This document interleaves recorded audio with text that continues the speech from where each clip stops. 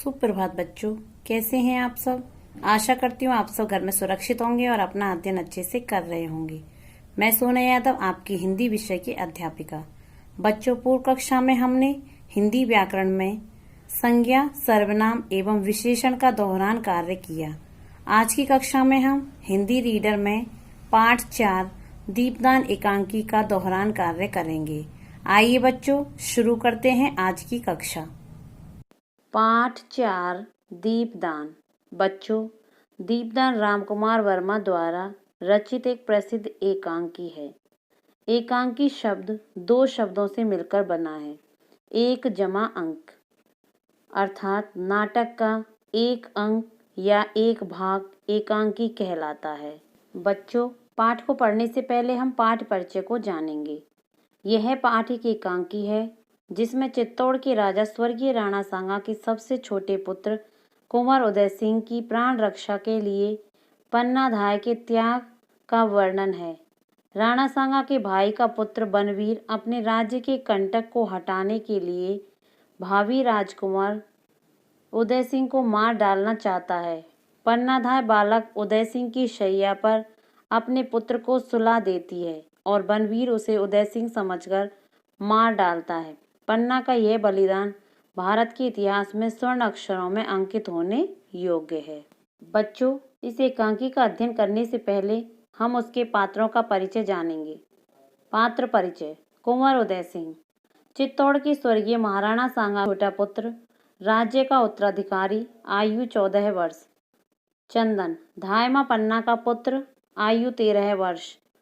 बनवीर महाराणा सांगा के भाई पृथ्वीराज का दासी पुत्र, आयु 32 वर्ष। कीरत झूठी पत्थर उठाने वाला बारी, आयु 40 वर्ष।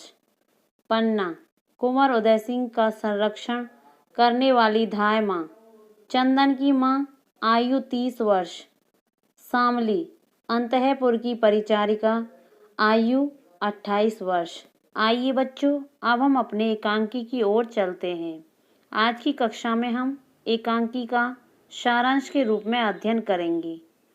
दीपदान एकांकी डॉक्टर रामकुमार वर्मा की सुप्रसिद्ध एकांकी है, जिसकी कथा वस्तु चित्तौड़ की ऐतिहासिक घटना पर आधारित है, जिसमें त्याग, बलिदान, देशभक्ति, कर्तव्य निष्ठा की प्रतिमूर्ति पन्नाधाय की गौरव गाथा का चित्रण किया गया है। चित्तौड़ के राजा महाराणा सांगा की मृत्यु के उपरांत उनके भाई पृथ्वीराज का दासी पुत्र बनवीर चित्तौड़ की सत्ता प्राप्त करने का प्रयास करता है। विक्रमादित्य की हत्या करने के बाद वह उदय सिंह की हत्या की योजना बनाता है। वह मयूर पक्ष नामक दीपदान का आयोजन करता है। कुंवर उदय सिंह पन्नाधाय के संरक्षण में पल रहा है। वह बनवीर के इस षड्यंत्र को भांप जाती है। तभी अंतःपुर की परिचारिका शामली से विक्रमादित्य की हत्या का समाचार सुनकर उनका संदेह पुष्ट हो जाता है। तभी दायमा उसकी रक्षा की योजना बनाती है, अर्थात कुंवर उदय सिंह की रक्षा की योजना बनाती है।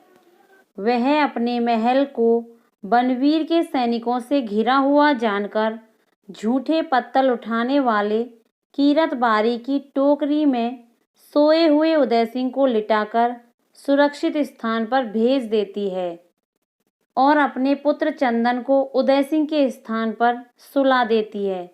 थोड़ी देर बाद बनवीर रक्त रंजित अर्थात रक्त में सनी हुई तलवार लिए उदय सिंह के कक्ष में पहुंचकर धायमा को जागीर का लालच देकर अपने षड्यंत्र में सम्मिलित करने का प्रयास करता है, परंतु धायमा उसके इस प्रस्ताव को ठुकरा देती है।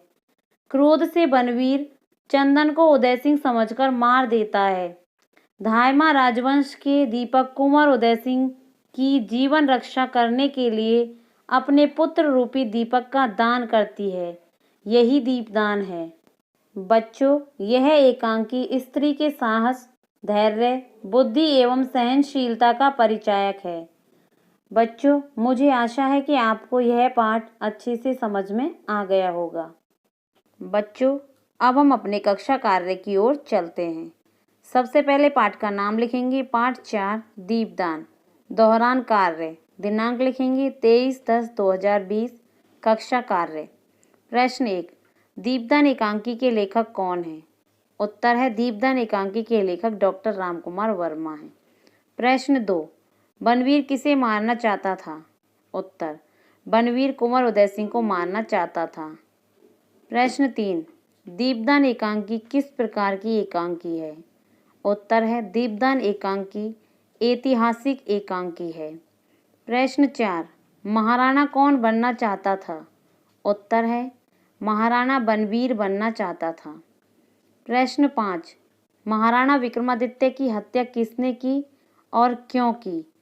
उत्तर, महाराणा विक्रमादित्य की हत्या बनवीर ने की क्योंकि वह राज शासन पाना चाहता था। प्रश्न 6, पन्ना ने बालक उदय सिंह को चित्तौड़ का सूरज क्यों कहा? उत्तर, पन्ना ने उदय सिंह को चित्तौड़ का सूरज इसलिए कहा क्योंकि वह राज्य का उत्तराधिकारी था। प्रश्न 7, बनवीर किसका संरक्षक था? उत्तर, बनवीर कुंवर उदय सिंह का संरक्षक था। प्रश्न 8, बनवीर ने धोखे में आकर किसकी हत्या की? उत्तर, बनवीर ने धोखे में आकर पन्ना के पुत्र चंदन की हत्या की। बच्चों, इस तरह से आप अपना दोहरान कार्य सुंदर एवं स्वच्छ तरीके से लिखेंगे एवं याद करेंगे। आज के लिए इतना ही। अगली कक्षा में मिलते हैं एक नई विषय वस्तु के साथ। तब तक के लिए धन्यवाद।